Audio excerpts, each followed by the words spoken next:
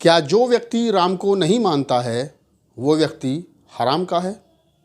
ये मैं नहीं कह रहा हूँ, ये कथावाचक अपने अपने राम करने वाले भारत के मशहूर कवि, जाति से ब्राह्मण, पूर्व प्रोफेसर, पूर्व राजनीतिज्ञ कुमार विश्वास साहब कह रहे हैं। बिल्कुल ठीक सुना आपने। दिनांक 25 दिसंबर, स्थान उत्तर प्रदेश का लखनऊ, और सभा हो रही थी अटल बिहारी वाजपेयी जी के 100वें जन्मदिवस पर। सभा में मौजूद थे देश के रक्षा मंत्री राजनाथ सिंह और उत्तर प्रदेश के मुख्यमंत्री।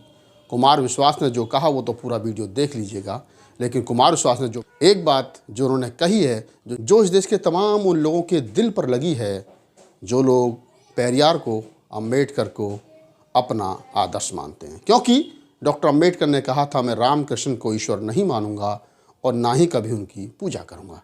तो कुमार विश्वास कह रहे हैं कि जो राम को नहीं मानते वो हराम के हैं। इसी विषय पर पूरा वीडियो होने वाला है, वीडियो के अंत तक बने रहिए। नमस्कार, मैं राहुल नागपाल और आप देखना शुरू कर चुके हैं हमारा यूट्यूब चैनल जिसका नाम है बोल पिचासी। जैसा मैंने वीडियो की शुरुआत में बताया कि हिंदी के बड़े कवि, पूर्व प्रोफेसर, राजनीतिज्ञ और आजकल कथावाचक पंडित कुमार विश्वास, या उनका असली नाम बताऊं तो विश्वास कुमार शर्मा, लखनऊ में पूर्व प्रधानमंत्री अटल बिहारी वाजपेयी जी के 100वें जन्मदिवस के उपलक्ष्य में आयोजित प्रोग्राम में भारत के रक्षा मंत्री राजनाथ सिंह और उत्तर प्रदेश के मुख्यमंत्री आदित्यनाथ योगी के सामने वो अपना एकल काव्य पाठ कर रहे थे, यानी कि कविता सुना रहे थे। कोई दूसरा कवि नहीं था।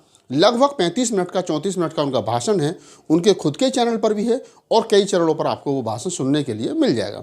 मैंने रात वो पूरा भाषण और कविता उनकी सुनी, और कविता के बीच बीच में जो वो डायलॉग बाजी करते हैं, वो पहली बार मुझे लगा कि ये वो वाले कुमार विश्वास नहीं हैं जिन कुमार विश्वास को तमाम लोग जाति और धर्म से ऊपर उठ करके सुनते हैं।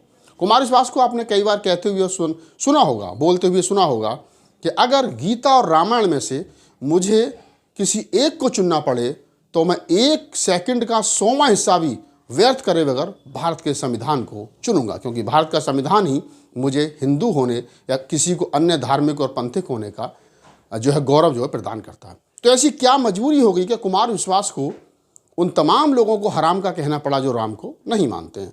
कुमार विश्वास इस वीडियो में शुरुआती दौर में जिस प्रकार से हंसी ठिठोली के साथ में इस वीडियो में बात रखते हैं और धीरे धीरे जिस प्रकार से वो कहते हैं, अपनी बात को रखने की कोशिश करते हैं, तो वो 3 लोगों को यहाँ टारगेट करते हैं। पहला, दिल्ली के मुख्यमंत्री अरविंद केजरीवाल को। दूसरा, पूर्व की सरकारों को। कुमार विश्वास कहते हैं कि हमको 36-37 वर्ष हो गए हिंदी के कवि सम्मेलनों पे, हमारे साथी हमसे कहते हैं कि आज तक आपको कोई सरकारी सम्मान नहीं मिला। सरकारी सम्मान बोले तो जैसे पद्मश्री, पद्म विभूषण, यश भारती उत्तर प्रदेश सरकार देती है, और यश भारती उत्तर प्रदेश सरकार जब देती है तो उसमें लगभग 15 लाख रुपए के आसपास का एक अमाउंट फिक्स है जो दिया जाता है, और उसके बाद में हर महीने सैलरी जो है वो मिलती है। वो लगभग जो 20-25 हज़ार के आसपास जिसको भी मिलती है वो मिलती है।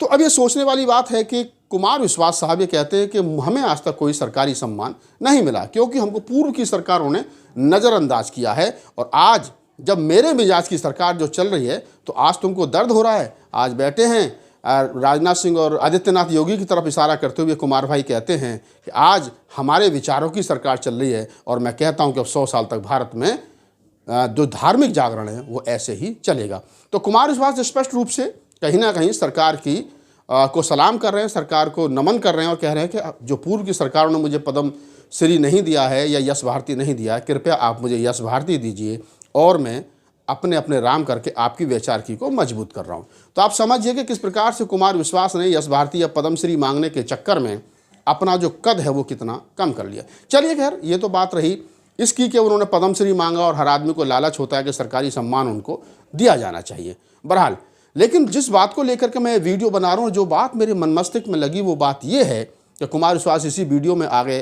कहते हैं, और वो क्या कहते हैं पहले आप वो सुन लीजिए। तो मैंने कहा ये कहां लिखा हुआ है चार्टर में हराम वाले ही जाएंगे, राम वाले नहीं जाएंगे, ये कहां लिखा हुआ है? ये वो 5 सेकंड का वीडियो है, लेकिन कोई कल को ये कहे कि काट के राहुल नागपाल ने आगे और पीछे कर दिया, तो आगे पीछे कुछ नहीं है। कुमार विश्वास कहते हैं कि जब राम में अयोध्या में प्राण प्रतिष्ठा का प्रोग्राम हुआ तो उस समय बहुत ज़्यादा भागदौड़ थी, तो मैंने एक चार्टर्ड विमान जो है वो बुक कर लिया। तो 15 दिन तक तमाम टीवी चैनलों पर वो खबर चली और बताया गया कि कुमार विश्वास चार्टर्ड विमान में घूम रहे हैं। तो मैंने कहा कि क्या हराम के ही चार्टर्ड में घूमेंगे, राम के चार्टर्ड विमान में नहीं घूम सकते? अब ये समझने वाली बात है कि हराम के कौन है और सरकार को खुश करने के लिए, अपने आका को खुश करने के लिए कुमार विश्वास किन लोगों को हराम का कह रहे हैं। कुमार विश्वास ने सोचा होगा कि इस देश की मुसलमान जो हैं उनको मैं हराम का कहूँ। आज तक जो कुमार विश्वास राहत इंदौरी और मुनव्वर राणा के पैर छू करके मुशायरों में आगे बढ़ते रहे हैं, और तो और उनको कितने मुशायरों में बुला करके मुस्लिम समाज के लोगों ने सम्मानित किया है। आज उन्होंने पद्मश्री पाने के लिए उस पूरे के पूरे सम्मान को धराशायी कर दिया।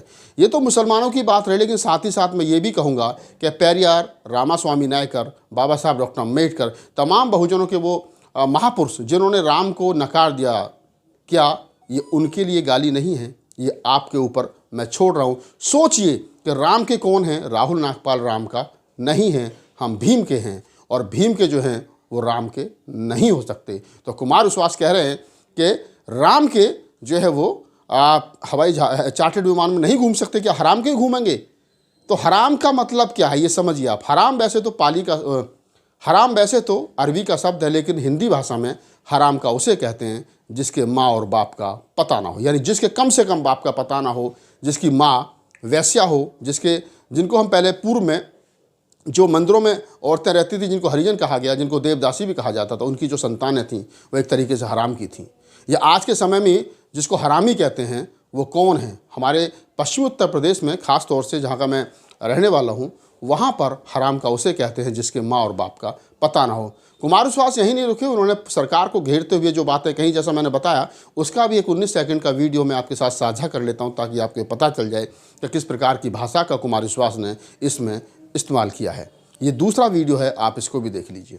36-37 वर्ष हो गए मंच पे हमें, हैं 30 साल तुमने जो उपेक्षाएं की उसका कोई मायना नहीं। हम आज थोड़ा सा बड़े लोगों का आशीर्वाद मिल गया, उनका स्नेह मिल गया, तो तुम्हें दर्द हो गया कि कवि इतना लोकप्रिय क्यों है। कवि लोकप्रिय नहीं है, विचार लोकप्रिय, जिसे कवि गा रहा है। तो आपने देखा कि किस प्रकार से कुमार भाई जो है वो सरकार को, पूर्व की सरकारों को, इंदिरा, चाहे तो वो कांग्रेसी सरकारें हों, चाहे उत्तर प्रदेश में अखिलेश यादव जी से पुरानी सरकारें, चाहे उत्तर प्रदेश के अंदर जो आदित्यनाथ योगी की सरकार है उससे पूर्व की सरकारें हों, वो कह रहे हैं ना कि 6-7 साल से हमारे मिजाज की सरकार आ गई। तो 6-7 साल ही हुए हैं अभी आदित्यनाथ योगी की सरकार बनी हुई। तो पूर्व की सरकारें, चाहे मायावती की सरकार हो, चाहे अखिलेश यादव की सरकार हो, जिन्होंने यश भारती कुमार विश्वास को नहीं दिया, उनको वो टारगेट पर ले रहे हैं। और किस प्रकार की भाषा का उन्होंने इस्तेमाल किया है, ये भाषा वाकई निंदनीय है। एक साहित्यकार, एक कवि की ये भाषा नहीं हो सकती है। और मैं फिर कह रहा हूँ, हमेशा कहता हूँ कि ब्राह्मण कितना भी शुद्ध हो जाए, लेकिन जब उसके अंदर का ब्राह्मणवाद जागता है तो फिर वो उतना ही खतरनाक होता है जितना दूसरे ब्राह्मण। इस पूरी बातचीत के बारे में आपकी क्या प्रतिक्रिया है, हमें कमेंट सेक्शन में बताइए और मुझे दीजिए इजाज़त। नमस्कार।